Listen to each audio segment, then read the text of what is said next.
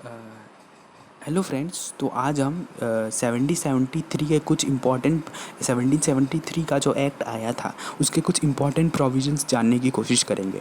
तो दोस्तों, इस अधिनियम का अत्यधिक संवैधानिक महत्व था कि भारत में ईस्ट इंडिया कंपनी के कार्यों को नियमित और नियंत्रित करने की दिशा में ब्रिटिश सरकार द्वारा उठाया गया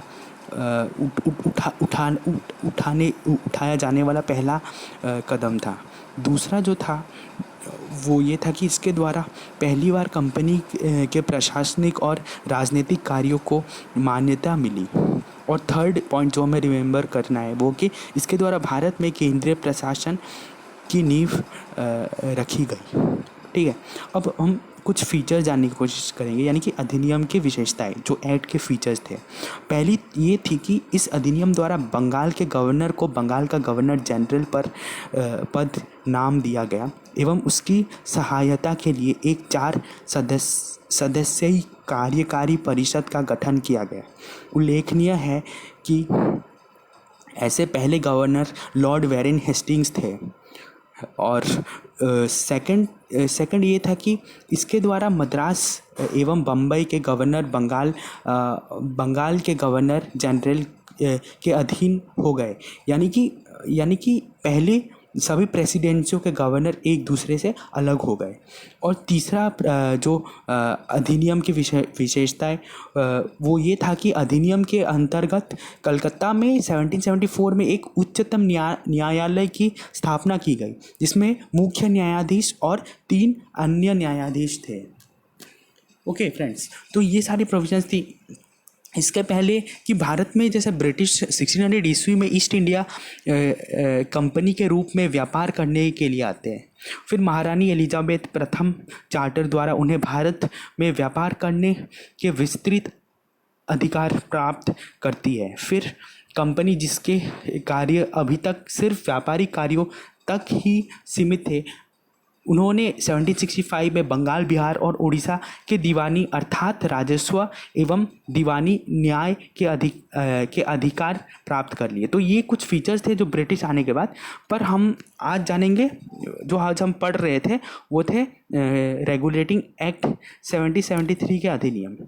ठीक है, इसके तहत कंपनी और कुछ प्रोविज़न ये था कि इसके तहत कंपनी के कर्मचारियों को निजी व्यापार करने और भारतीय लोगों के उपहार एवं रिश्वत लेना प्रतिबंधित कर दिया गया।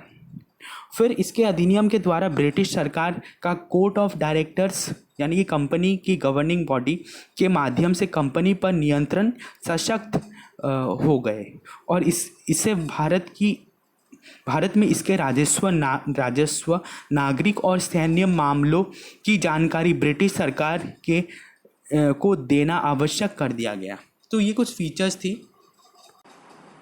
So friends, the act is of great constitutional importance as it was the first step taken by British government to control and regulate the affairs of East India Company in India। यानी कि इस अधिनियम के अत्यधिक संवैधानिक महत्व था कि ईस्ट इंडिया कंपनी की जो अफेयर्स है उसे कंट्रोल करे। और दूसरा ये था कि it recognize for the first time political and administrative functions of the company. यानी कि इसके द्वारा पहली बार कंपनी के प्रशासनिक और राजनीतिक कार्यों को मान्यता दी गई। प्रशासनिक मतलब एडमिनिस्ट्रेटिव, और पॉलिटिकल मतलब राजनीतिक। और तीसरा था कि it laid the foundations of central administration in India. यानी इसके द्वारा भारत में केंद्रीय प्रशासन की नींव रखी गई। अब कुछ फीचर्स थे कि it designated the governor of Bengal is the governor general of Bengal. यानी कि इस अधिनियम द्वारा बंगाल के गवर्नर को बंगाल का गवर्नर जनरल पद नाम दिया गया एवं उसकी सहायता के लिए एक 4 सदस्यीय कार्यकारी परिषद का गठन किया गया। यानी कि it created an executive council, यानी कि कार्यकारी परिषद of 4 members to assist him. The first such governor general was Lord Warren Hastings। यानी कि उल्लेखनीय है कि ऐसे पहले गवर्नर लॉर्ड वेरन हेस्टिंग्स थे। और जो सेकंड पॉइंट ये था कि it made governors of Bombay and Madras presidency subordinate to the governor general of Bengal. So ये रेगुलेटिंग एक्ट में ये कहा गया है कि 1773 में ये कहा गया है कि इसके द्वारा मद्रास एवं बम्बई के गवर्नर बंगाल के गवर्नर जनरल के अधीन हो गए, जबकि पहले सभी प्रेसिडेंसियों के गवर्नर एक दूसरे से अलग थे। और तीसरा पॉइंट ये बोला गया है कि अधिनियम के अंतर्गत कलकत्ता में 1774 में एक उच्चतम न्यायालय यानी कि सुप्रीम कोर्ट की स्थापना की गई। यानी कि आज का जो सुप्रीम कोर्ट है वो दिल्ली में है, पर उस वक्त 1774 यानी कि 250 ईयर्स पहले जो सुप्रीम कोर्ट था वो कलकत्ता में एस्टैब्लिश किया गया था, जिसमें मुख्य न्यायाधीश और 3 अन्य न्यायाधीश थे, यानी कि एक चीफ जस्टिस था और 3 अदर जजेस थे। यानी कि it provided for the establishment of supreme court at Calcutta in 1774 comprising of 1 chief justice and 3 other जजेस। जो नेक्स्ट पॉइंट हमें पढ़ना है वो है कि it prohibited the servants of the company from engaging in private trade और accepting presents of bribes from natives. यानी कि इसके तहत कंपनी के कर्मचारियों को निजी व्यापार करने और भारतीय लोगों से उपहार एवं रिश्वत लेना प्रतिबंधित कर दिया गया। और फिफ्थ पॉइंट यह था कि इस अधिनियम के द्वारा ब्रिटिश सरकार का कोर्ट ऑफ डायरेक्टर्स कंपनी की गवर्निंग बॉडी के माध्यम से कंपनी पर नियंत्रण सशक्त हो गए।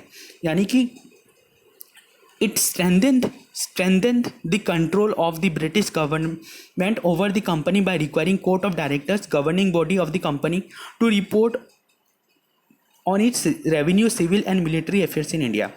यानी कि इसे भारत में इसके राजस्व नागरिक और सैन्य मामलों की जानकारी ब्रिटिश सरकार को देना आवश्यक कर दिया। So these were the features of regulating act of 1773। इसके बाद पिट्स इंडिया एक्ट आता है, और तो उसे हम कभी और जानने की कोशिश करेंगे। Thank you friends, you have given me so much time. आपने मुझे इतना वक्त दिया, थैंक यू वेरी मच।